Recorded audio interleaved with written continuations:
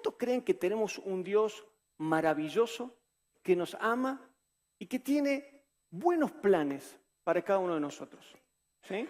¿Estamos de acuerdo en eso? ¿Cuántos creen que el Señor tiene promesas maravillosas para cada uno de nosotros, sus hijos y los que ponemos nuestra fe en Jesucristo? ¿Sí? ¿Creemos que es así? Promesas como, por ejemplo, la que vamos a leer ahora en Jeremías 29:11, conocida promesa que dice: solo yo sé, dice Dios, los planes que tengo para ustedes. Son planes para su bien y no para su mal, para que tengan un futuro lleno de esperanza. ¿Amén? ¿Cuántos creen que esta promesa es para vos? A ver, ¿vos recibís esa palabra de Dios para vos en este día o no estás muy convencido? ¿Sí? Si estamos de acuerdo que Dios nos ama, si estamos de acuerdo que Él tiene buenos planes para nuestras vidas, si estamos de acuerdo en que Dios tiene promesas maravillosas para cada uno de nosotros, la pregunta es, ¿por qué no siempre esos planes de Dios, que son buenos, que son para nuestro bien, se cumplen? ¿Por qué no siempre esos planes se llevan a cabo? Y obviamente la responsabilidad no es de Dios, porque si Dios tiene buenos planes y esos planes no se cumplen, no es que Dios tenga alguna contradicción. Tiene que haber alguien más que sea el responsable de eso. Así que si tratamos de encontrar algún responsable, o alguien diría algún culpable, de que los planes de Dios no se cumplan o todavía no se estén cumpliendo en tu vida o en la de alguien más, ¿quién sería el principal responsable? A ver, clásico. El diablo, empecemos por ahí.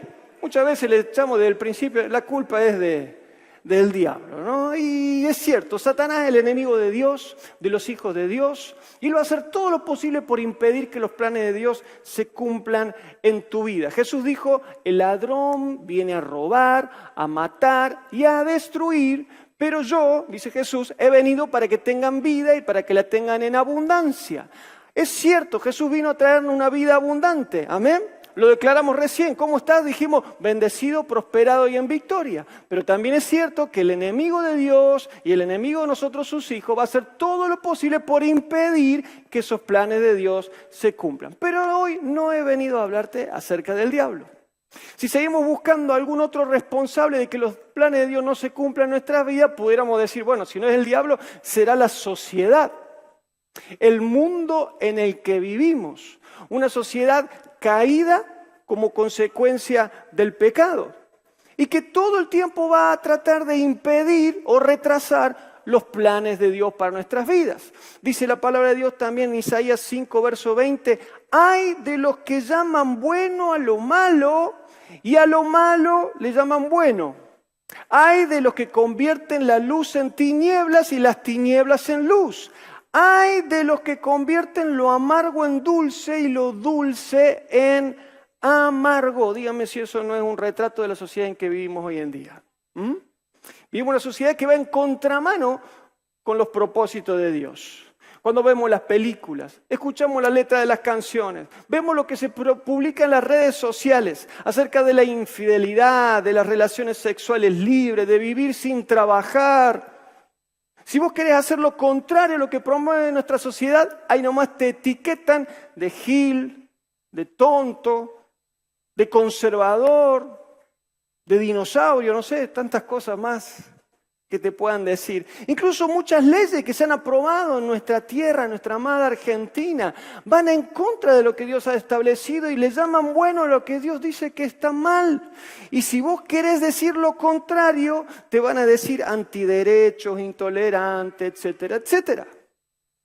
Es cierto, la sociedad va a hacer todo lo posible por impedir que los planes de Dios se cumplan en tu vida o tratar de ridiculizarte, etiquetarte, si vos querés hacer lo contrario a lo que ellos predican. Pero hoy tampoco te voy a hablar acerca de la influencia del mundo, de la sociedad. Así que nos debe quedar un tercer responsable, un tercer culpable de que los planes de Dios no se cumplan o no se cumplan en totalidad en nuestras vidas o la de alguien más en este lugar. De hecho, te diría que es el mayor causante de tropiezos y fracasos. Este enemigo es el más peligroso de todos. Y yo quisiera que prestes atención porque lo que vas a ver ahora es muy fuerte. ¿Todos desayunaron antes de venir? ¿Sí? ¿No te impresionan ver algo? Porque te traje una foto del enemigo más terrible que vos y yo tenemos que enfrentar y que es el causante de que los planes de Dios no se cumplan en nuestras vidas, y aquí te lo presento.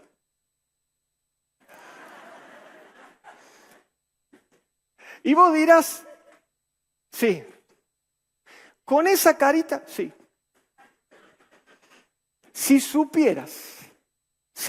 Ahora, ese es mi enemigo, te lo estoy mostrando, no es el tuyo, espero. El tuyo todavía no lo puedes ver, pero cuando vuelvas a tu casa y te cruces al frente de un espejo, te va a caer la revelación. Y vas a decir, de eso hablaron hoy en la reunión de la iglesia. El tercer enemigo que nosotros tenemos, y quizás el más peligroso de todo, y el causante de que la mayoría de los planes de Dios no se cumplan en nuestras vidas, somos nosotros mismos. Yo mismo. Y sí, nosotros podemos convertirnos en nuestro peor enemigo y el principal responsable de que los planes de Dios, que son buenos y que son para un futuro lleno de esperanza, no se cumplan en vos y en mí. Por eso, y ese sí es el tema de lo que quiero que hablemos hoy, el título de este mensaje es Enemigo íntimo. Y vamos a orar para que el Señor nos hable por medio de su palabra. Amén. Bendito Dios y Padre, te damos gracias en el nombre de Jesús, que podemos estar reunidos en este lugar. Gracias que te hemos podido cantar, adorar, exaltar. Gracias que tu presencia se siente en medio de nosotros, tu pueblo. Gracias por aquellos que hoy nos acompañan por primera vez, que ellos también puedan sentir tu presencia y oír ahora tu voz. Háblanos con claridad, que nada nos distraiga, que todo pensamiento que no sea tuyo tenga que disiparse ahora y que podamos poner nuestra mirada en Jesús, porque de Él procede la fe. Señor, bendecí tu palabra, que no vuelva atrás vacía y que haga la obra para la cual va a ser enviada. Te lo pedimos en el nombre de Jesús, te damos muchas gracias. Amén. Amén. Para graficar de qué manera nosotros podemos convertirnos en nuestro peor enemigo, quiero que leamos un pasaje muy conocido de las Escrituras. Si estás tomando nota, o mejor aún si tenés tu Biblia, por favor abrila en el Evangelio de Mateo 16. Vamos a leer del verso 13 en adelante. Mateo 16, verso 13, y dice así: Al llegar a la región de Cesarea de Filipo, Jesús preguntó a sus discípulos: ¿Quién dice la gente que es el Hijo del Hombre? Ellos dijeron, unos dicen que es Juan el Bautista, otros que es Elías y otros que es Jeremías o alguno de los profetas. Él les preguntó, ¿y ustedes? ¿Quién dicen que soy yo? Simón Pedro respondió, tú eres el Cristo, el Hijo del Dios viviente. Entonces Jesús le dijo, bienaventurado eres Simón, hijo de Jonás, porque no te lo reveló ningún mortal, sino mi Padre que está en los cielos. Y yo te digo que tú eres Pedro, y sobre esta roca, esta afirmación que acabas de hacer de que yo soy el Hijo de Dios, voy a edificar mi iglesia y las puertas del Hades no prevalecerán contra ella, o no podrán vencerla, dice esta versión. A ti te daré las llaves del reino de los cielos. Todo lo que ates en la tierra será atado en los cielos y todo lo que desates en la tierra será desatado en los cielos. ¿Cuánto hubieran querido ser Pedro ese día? Yo, el mejor alumno del grado, ¿sí o no? Recibir semejante felicitación de Jesús. Y recibir semejante promesa de parte del Señor. A ti te daré las llaves del reino de los cielos. Todo lo que ates aquí en la tierra será atado en los cielos. Todo lo que desates va a ser desatado. ¡Wow! ¡Qué tremendo! Yo hubiera querido ser Pedro ese día. Y espero que vos también. Pero quiero que leamos lo que sucedió inmediatamente después. En el mismo lugar, con las mismas personas, los mismos protagonistas. Y dice ahora el versículo 21, entonces Jesús acababa de declarar Pedro que eres el Hijo de Dios, y él le promete que las puertas del Hades no prevalecerán con el avance de la iglesia, y ahora les dice, entonces Jesús comenzó a explicar a sus discípulos que él debía ir a Jerusalén y padecer mucho a manos de los ancianos, de los principales sacerdotes y de los escribas, y morir. Y resucitar al tercer día. Fíjate, se lo estaba diciendo. Pedro lo llevó aparte y comenzó a reconvenirlo. Señor, ten compasión de ti mismo, que esto jamás te suceda. Pero él se volvió y le dijo a Pedro, aléjate de mí, Satanás, me eres tropiezo. Tú no piensas en las cosas de Dios, sino en cuestiones humanas. A ver, ¿quién quisiera haber sido Pedro ese día? Ajá, se bajaron todas las manos ahora. ¿Qué pasó? No entiendo. Este es el mismo Pedro que minutos antes había recibido la revelación del Padre y había declarado que Jesucristo es el Hijo de Dios. Y Jesús le dice, no te lo ha revelado carne ni sangre, sino mi Padre que está en los cielos. Y le delega esa autoridad de ser quien iba a ser el protagonista, de abrir la puerta del reino de los cielos. Primero a los judíos, luego a los samaritanos y luego a los gentiles. El libro de los Hechos te cuenta esos 3 episodios. Tremenda promesa de parte de Jesús. Y minutos después, Jesús le está diciendo, apártate de mí, Satanás. ¿Qué pasó? Si tratáramos de analizar lo que pasó con una mente humana del siglo XXI, podríamos decir, lo que a Pedro le pasó es que tiene una crisis de identidad. O podríamos decir también, o escuchar alguna explicación de que sufre de trastorno bipolar.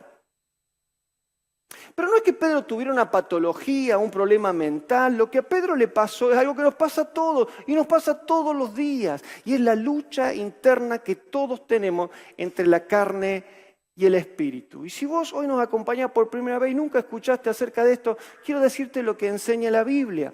La Biblia dice que el Dios Trino, Padre, Hijo, Espíritu Santo, nos creó a nosotros, los seres humanos, a su imagen y semejanza, tripartitos, cuerpo, alma y espíritu. Y el siguiente esquema lo grafica. El cuerpo, lo que todos vemos, lo que podemos tocar, lo que se comunica con el mundo exterior a través de los 5 sentidos. Dentro del cuerpo está el alma, donde están las emociones, los sentimientos, la voluntad, los pensamientos. Y la parte más interna del ser es el espíritu, la única parte de nosotros que puede tener comunión con Dios. Así que cuando la Biblia habla de la lucha entre la carne y el espíritu, es una batalla que tenemos con la única parte que tiene comunión con Dios, que es el espíritu, con el alma y el cuerpo que quieren hacer generalmente lo contrario. Y ahí se desata una batalla interna en la cual vos y yo estamos y en la cual estuvo Pedro también. Por eso, en la misma ocasión, en el mismo momento, de repente recibe una revelación espiritual, el Señor lo felicita y al rato está recibiendo otra revelación de otro lado y el Señor lo tiene que reprender. Si quisiéramos definir lo que vos estás viendo en pantalla, podríamos decir que en esencia los seres humanos y sobre todo los hijos de Dios somos espíritu, tenemos un alma y habitamos en un cuerpo. El problema de Pedro no es que tenía una enfermedad, una patología, ni una crisis de personalidad. Su problema es que él era un ser humano, como vos y como yo. Y la Biblia nos enseña que hay 3 tipos de personas según el orden de prioridades que pongamos en nuestras vidas. La mayoría de las personas por nacimiento están en el grupo de lo que se llama la Biblia la persona natural. Y lo vas a ver en el siguiente esquema. El círculo representa la vida. El círculo grande, ¿no? Los circulitos color amarillo son cada área de nuestras vidas. Puede ser el trabajo, el estudio, la familia, el matrimonio. Y como en toda vida hay un trono, hay un lugar donde se toman las decisiones. Y en el caso del ser o la persona natural, cualquier hombre o mujer que camina por esta tierra, en ese trono, ¿quién está sentado? Yo. Yo tomo las decisiones, yo hago lo que quiero, yo decido qué hacer con mi vida. Y Cristo, representado por la cruz, está fuera de la vida. No tiene ninguna injerencia en la vida de la persona natural. La mayoría de los seres humanos que habitan este planeta están en este grupo. El siguiente grupo de personas es lo que la Biblia llama la persona carnal. Y presta atención ahora cuando cambia el esquema, porque vas a ver que es casi el mismo. La única diferencia con el esquema anterior es que ahora Cristo, representado por la cruz, está dentro de la vida. Es parte de la vida. Es tenido en cuenta de vez en cuando, quizás una vez a la semana. Pero las áreas de la vida siguen desordenadas, unas están más grandes que otras, y en el trono de esa vida sigue sentado el yo. El caso más extremo de este hombre carnal es lo que la Biblia le llama el hombre o la mujer religiosa. ¿Y por qué es el más extremo? Porque aunque está así, hacia afuera trata de mostrar de que está todo bien, de que está todo perfecto. Pero por dentro, como Jesús un día le dijo a los fariseos, son sepulcros blanqueados. Y vos y yo nos tenemos que cuidar, porque ese bichito religioso nos puede picar a cualquiera, ¿eh? Así que cuidado que a nosotros no nos pase tan bien. El último estado, el último tipo de persona, quizás la minoría, es lo que la Biblia le llama la persona espiritual. El hombre, la mujer espiritual. Y acá sí cambia bastante el esquema. ¿Por qué cambia? Porque ahora el yo se bajó del trono. Y Cristo, representado a través de la cruz, está sentado en el trono. Por lo tanto, todas las áreas de esa vida están ordenadas, están en equilibrio, o al menos están en proceso de ordenarse. Amén. Porque esto no es algo instantáneo, no es algo que ocurre el día que recibimos a Cristo, es algo que nos lleva el resto de nuestras vidas y que cada día tenemos que una vez más ratificar esta decisión de poner a Jesús como el Señor y Salvador de nuestras vidas. Esta lucha que tenía Pedro y que vos y yo también tenemos, también la sufría el apóstol Pablo. Y quiero que hoy leamos, vos y yo, un pasaje de la Escritura que está tan clarito, prácticamente vamos a leer todo el capítulo completo. Y si tenés tu Biblia te animo que la abras, porque posiblemente, y qué bueno que así sea, Dios te hable a través de alguna frase y que vos la puedas subrayar para seguir meditando esto en el resto de la semana. Dice Romanos capítulo 7 y vamos a leer a partir del versículo 15. Romanos 7, 15. Y vamos a leer una versión que está muy clarita, me gustó. Nueva traducción viviente, y dice así: realmente, dice el apóstol Pablo, no me entiendo a mí mismo, porque quiero hacer lo que es correcto, pero no lo hago. En cambio, hago lo que odio.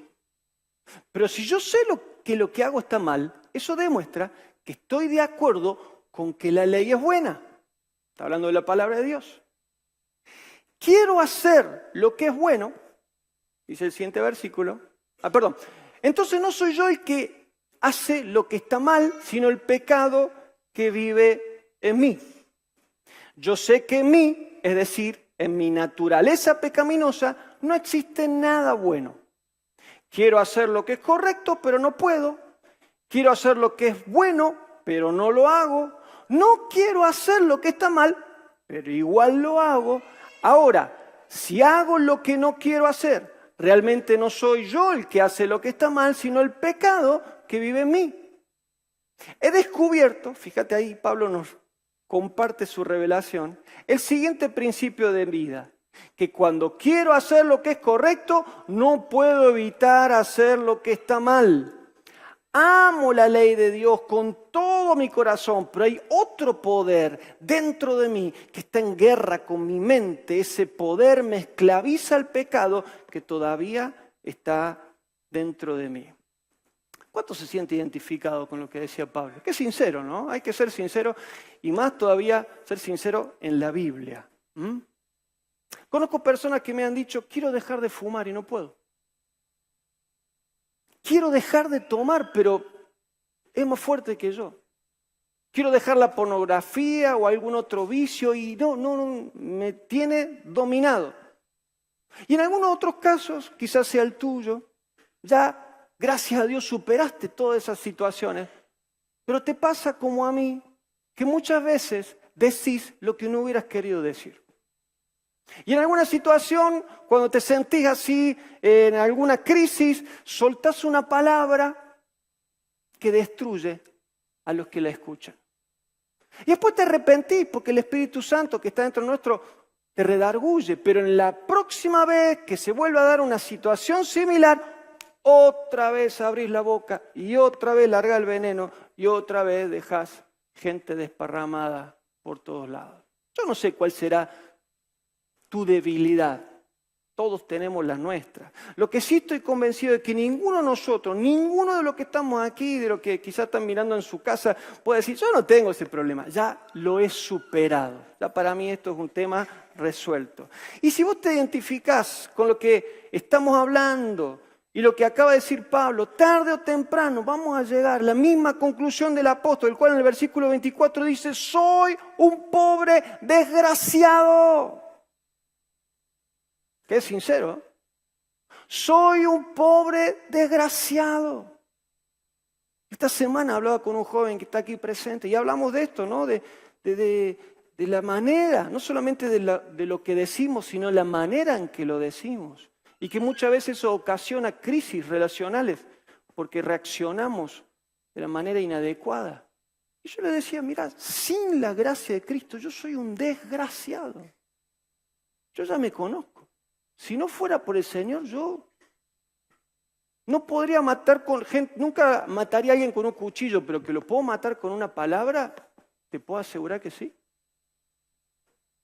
Pablo dice, soy un pobre desgraciado. ¿Quién me libertará de esta vida dominada por el pecado y la muerte? Qué gran pregunta. Y me encanta porque él mismo nos da la respuesta, dice el siguiente versículo. Gracias a Dios, la respuesta está en Jesucristo, nuestro Señor. ¿Por qué no das un aplauso a Jesús?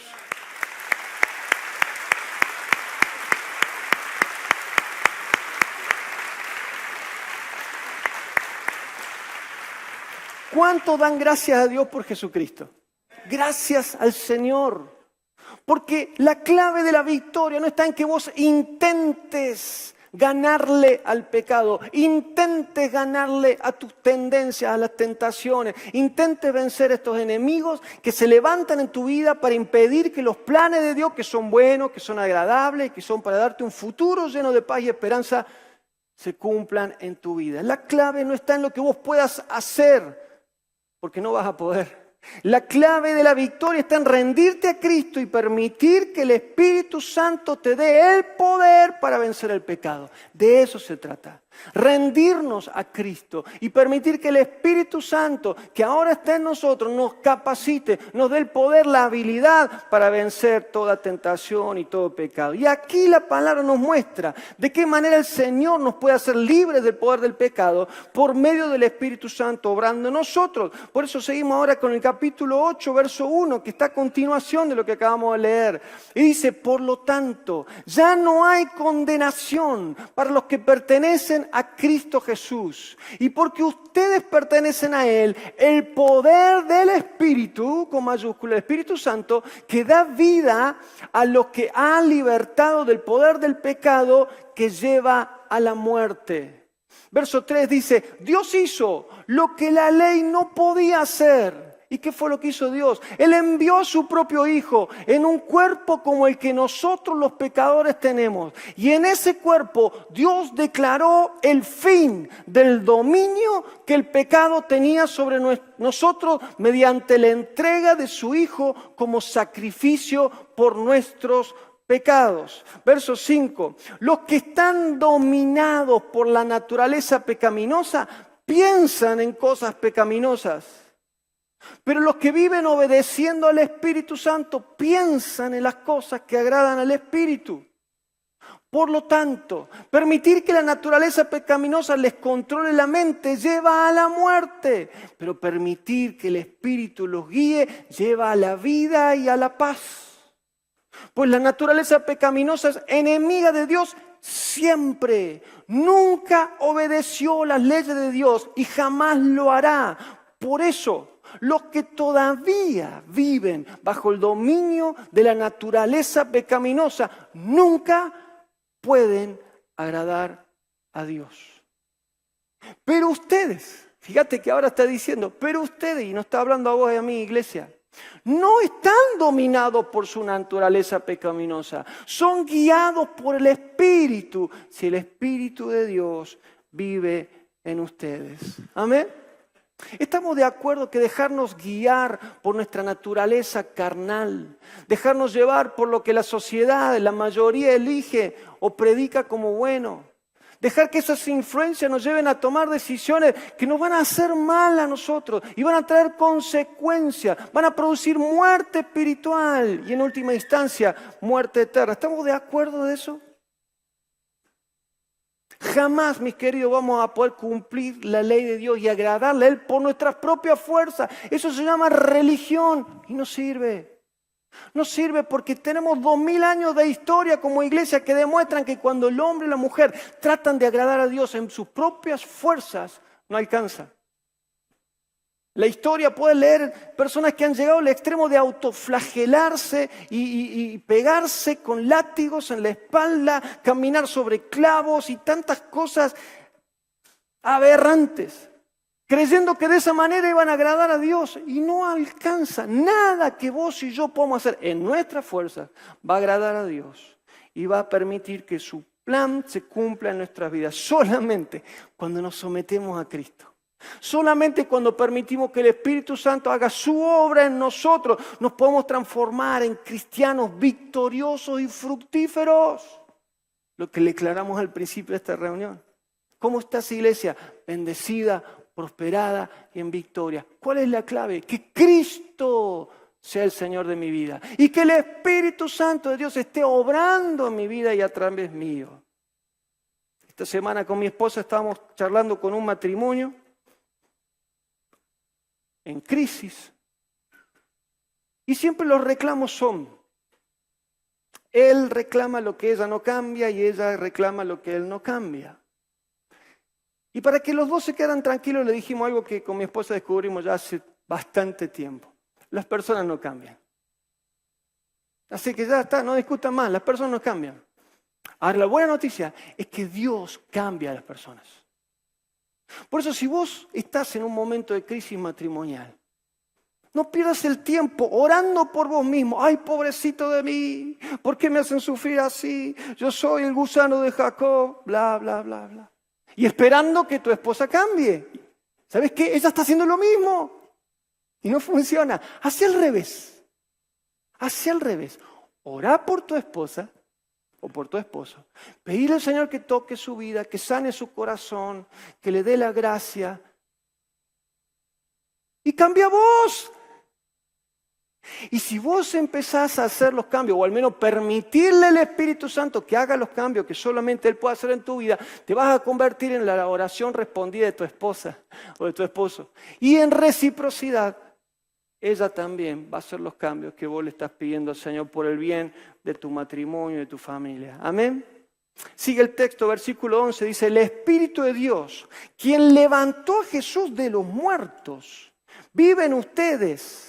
Así como Dios levantó a Cristo Jesús de los muertos, Él dará vida a sus cuerpos mortales mediante el mismo Espíritu que vive en ustedes. Por lo tanto, amados hermanos, y escucha iglesia, porque esta palabra es para nosotros en este día. Por lo tanto, amados hermanos, no están obligados a hacer lo que su naturaleza pecaminosa los incita a hacer. Pues si viven obedeciéndola, morirán. Pero si mediante el poder del Espíritu hacen morir las acciones de la naturaleza pecaminosa, vivirán.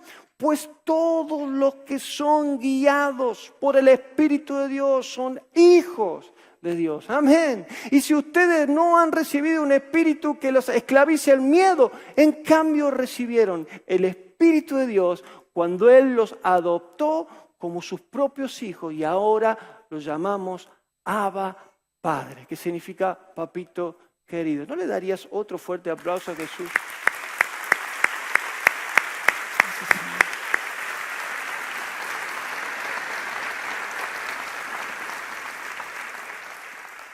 Mis queridos hermanos, amigos, los que estamos ahí hoy reunidos, jamás para nosotros los cristianos, libertad va a ser hacer lo que se nos antoje. Jamás.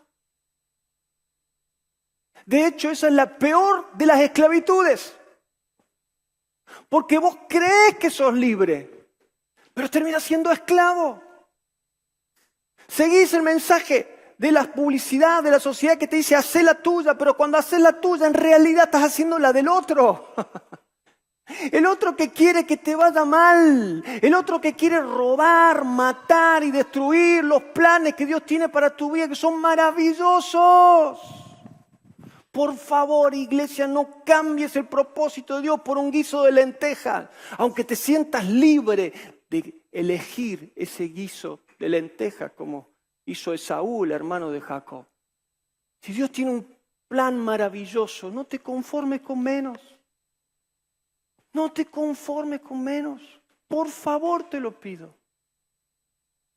Jamás vos y yo vamos a decir, soy libre porque hago lo que quiero. La verdadera libertad para nosotros los hijos de Dios es ser libres del poder del pecado, del poder de la tentación, para voluntariamente decirle a Jesús, ahora reina en mi vida y permitir que el Espíritu Santo trabaje una y otra vez, todos los días en nosotros, trabajando en ese proceso maravilloso, permitiéndonos ser cada día más parecidos a Jesús y ser un ejemplo de hijos de Dios y herederos de Dios por su gracia. Amén. Mis amados, Dios nos ama tanto que envió lo mejor del cielo para salvarnos, Jesucristo. Amén. Jesucristo nos ama tanto que fue a la cruz a morir en nuestro lugar para pagar el precio por nuestros pecados. Amén. El Espíritu Santo nos ama tanto que ha decidido vivir en nosotros el día que nosotros recibimos a Jesús como Señor y Salvador y ayudarnos como un paracleto, un compañero de viaje, para que vos y yo cada día seamos más parecidos a Jesús. Ahora la pregunta es, ¿cómo lo hago? ¿Cómo lo llevo a la práctica? ¿Cómo puedo ser cada día menos yo y más Jesús? Y el mismo texto que estamos leyendo nos da la respuesta a esa pregunta. Ahora el verso 26 de Romanos capítulo 8 dice, el Espíritu Santo nos ayuda en nuestra debilidad. Porque no sabemos qué nos conviene pedir en oración. Pero el Espíritu mismo intercede por nosotros con gemidos indecibles. Y el Padre, que conoce cada corazón, sabe lo que el Espíritu dice porque intercede por nosotros conforme a la voluntad de Dios. Yo no sé si vos alcanzás a visualizar cómo funciona este proceso maravilloso de la obra de Dios en tu vida. Cuando vos y yo nos sometemos al señorío de Cristo, para que se entienda, cuando me bajo del trono, amén, le digo, Señor, sentate en el trono de mi corazón.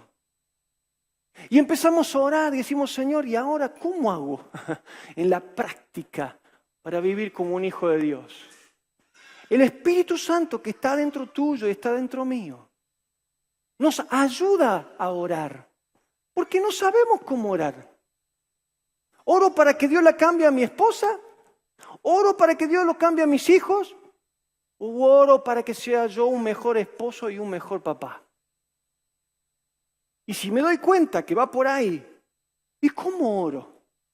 Entonces el Espíritu Santo nos capacita, nos ayuda en nuestra debilidad y nos ayuda a orar conforme a la voluntad de Dios, y sabemos que si oramos conforme a su voluntad, Él nos oye, pero también nos responde.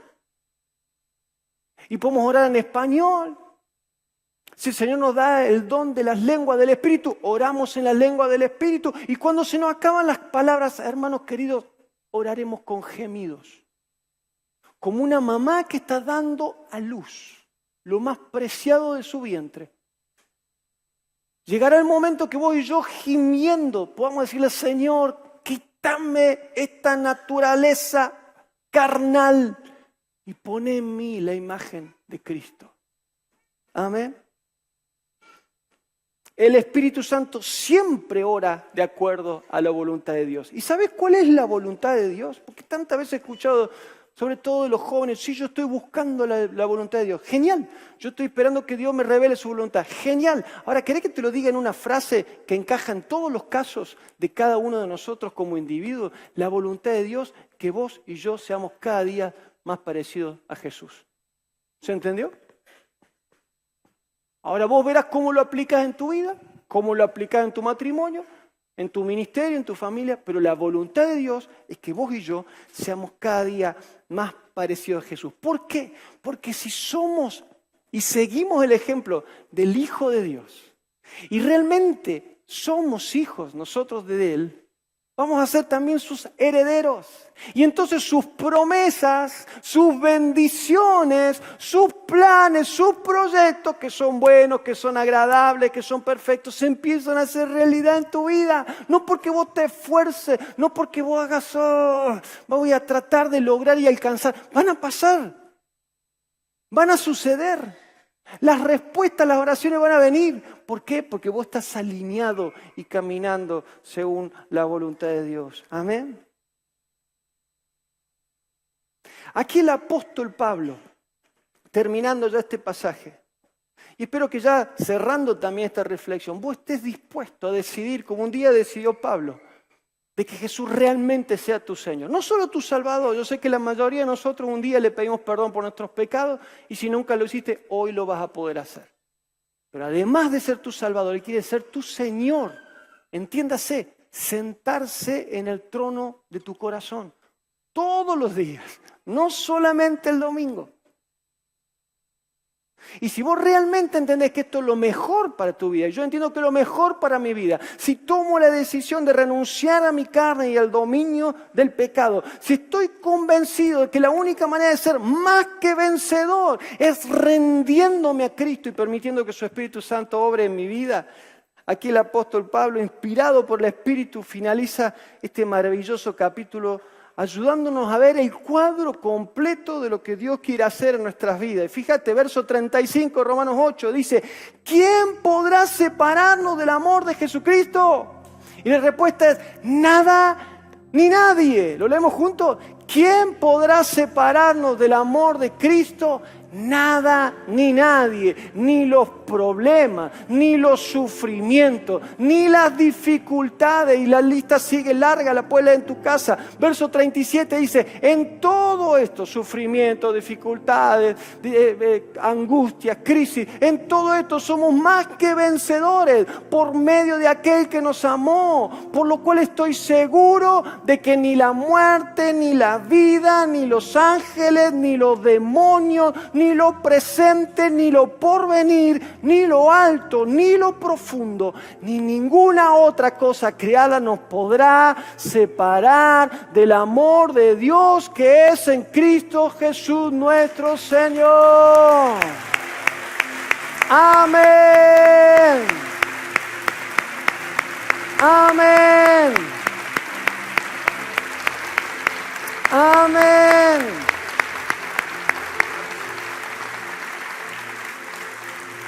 Gloria a Dios, gloria a Dios, mis hermanos. Mientras pasan los músicos, por favor, estoy cerrando este mensaje. Fíjate que comenzamos en este día diciéndote que los planes que Dios tiene para nosotros son buenos, que Él quiere hacernos el bien, que quiere darnos un futuro lleno de esperanza. Y si esos planes todavía no se están cumpliendo o no están en plenitud en tu vida, es que hay fuerzas antagónicas, contrarias, que están tratando de impedir que se lleven a cabo. El diablo, la sociedad, pero principalmente vos mismo. Amén. ¿Estás ahí? Y juntos llegamos a la conclusión de que la clave no está en intentar vencer a estos enemigos con nuestras propias fuerzas, como nos enseña la religión, porque eso no funciona. La clave para vencer a nuestros enemigos y a nuestro enemigo más íntimo está en rendirnos a nuestro mejor amigo que se llama Jesucristo. ¿Te animas que lo leamos juntos? Como conclusión de este mensaje, la clave para vencer a nuestros enemigos y a nuestro enemigo más íntimo está en rendirnos ante nuestro mejor amigo Jesucristo y permitir que el Espíritu Santo haga su obra en nuestras vidas. Amén. Así que cuando vuelvas a tu casa, si vos querés poner en práctica esta palabra, y te lo recomiendo, y a lo largo de la semana querés ver si realmente estás avanzando, si realmente estás dando fruto, y vos diréis, ¿cómo me doy cuenta que la obra de Dios está avanzando? Y es fácil, cuando te mires al espejo de la vida, que cada vez veas menos de vos y más de Jesús. Y las personas que te rodean vean lo mismo y den gloria a Dios por los cambios que Él está haciendo en tu vida. Y vas a ver que los planes de Dios, que son buenos, que son agradables, se van a empezar a cumplir. No porque vos te esfuerces, sino porque naturalmente, de una manera instantánea, Dios lo va a hacer realidad. Porque Él lo ha prometido y Él lo va a hacer si vos primero haces tu parte. Amén. Termino con un testimonio. Hace unas semanas atrás, en la reunión de oración, vino una pareja joven por primera vez. Los invitaron, vinieron. creo que la primera vez que entraba a una iglesia cristiana evangélica. Y estuvieron ahí en la oración, y en un momento, la persona que nos guiaba en la oración nos dirigió en un canto que en una parte dice: yo quiero menguar para que crezcas tú. Quiero menguar para que crezcas tú, Jesús. Haciendo alusión a Juan el Bautista, cuando le venía a decir sus discípulos: hey, hay un tal Jesús de Nazaret que tiene más seguidores, se está haciendo más famoso que vos. Y Juan le dijo: es necesario que yo mengüe para que él crezca. ¿Qué significa menguar? Achicarse, disminuir, consumirse. Esta pareja, porque me lo dijeron, no sabían la definición de menguar, porque no es una palabra común que usemos en nuestro léxico, pero entendieron perfectamente el significado. Porque cuando empezó a sonar la canción, y a la medida que cantábamos una y otra vez, yo quiero menguar para que crezcas tú, lo que ellos hicieron, sin que nadie les dijera, primera vez en una iglesia, ni siquiera habían estado un domingo, lo que ellos, los dos, hicieron fue esto. Y empezaron a llorar, le entregaron su vida a Cristo y le pidieron perdón por sus pecados. Ya está. Ya está. Qué mejor manera de empezar el caminar con Cristo. Y si vos nunca todavía tuviste esa experiencia, no te estoy hablando de religión, no te estoy hablando de tal o cual denominación, te estoy hablando de rendirte a Cristo. Si nunca lo hiciste ahí, por favor, cerrá tus ojos conmigo y decirle: Padre Dios, yo te doy gracias por Jesús, porque murió en la cruz y pagó el precio por mis pecados. Yo me arrepiento ahora, te pido perdón y te invito que vengas y seas mi Señor y mi Salvador. Yo confieso con mi boca que Jesucristo es mi Señor y creo en mi corazón que Dios lo levantó de entre los muertos. Por lo tanto, me declaro salvo para la gloria de Dios Padre. Amén.